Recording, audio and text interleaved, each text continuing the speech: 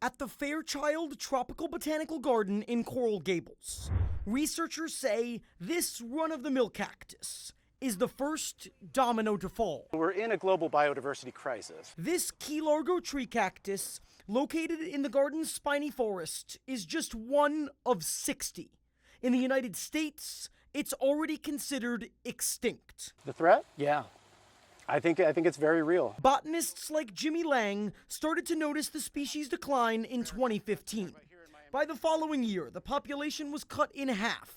And after Hurricane Irma and Ian, only 6 remained standing. This is actually one of the stems that was rescued from the last known individual in 2021. The scientists at the garden monitored the decline and published a study this year, claiming the Key Largo tree cactus is the first species, flora or fauna, we've ever seen in the United States that's been lost thanks to climate change. There's a clear association with the saltwater coming into the habitat. According to NOAA, over the last 50 years, sea levels surrounding the Florida Keys rose about 8 inches.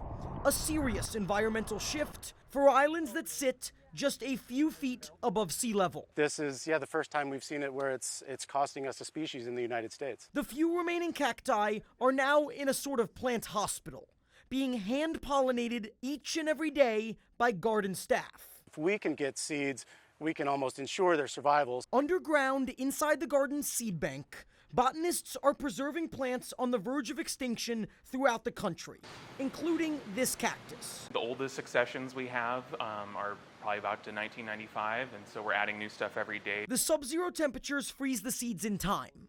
A plan B, in case the stems in the ground don't make it. Some things can last an extremely long time in storage, so things like in your pea family, those can last 20 years or more probably in freezer, or even longer. From Miami to Naples, botanists tell us rising sea levels are also putting our Collier County plants in danger. What we've got here are 2 different groups of plants that are coastal plants that we're working to conserve.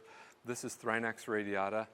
This is the Florida thatch palm. Chad Washburn is the Vice President of Conservation at the Naples Botanical Garden, where his team is doing the same work, except they are ahead of the game. These are in Rookery Bay, their coastal area, and we found the populations and immediately realized that these are going underwater. Despite the plants being alive, they've already lost their home.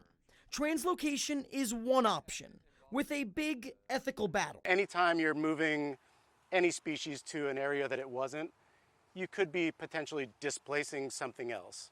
And so the further you go from a plant or animal's native range, the more kind of unknown those impacts become. It's a real-life, nature-based dilemma with life-altering possibilities. We think that obviously this is going to continue.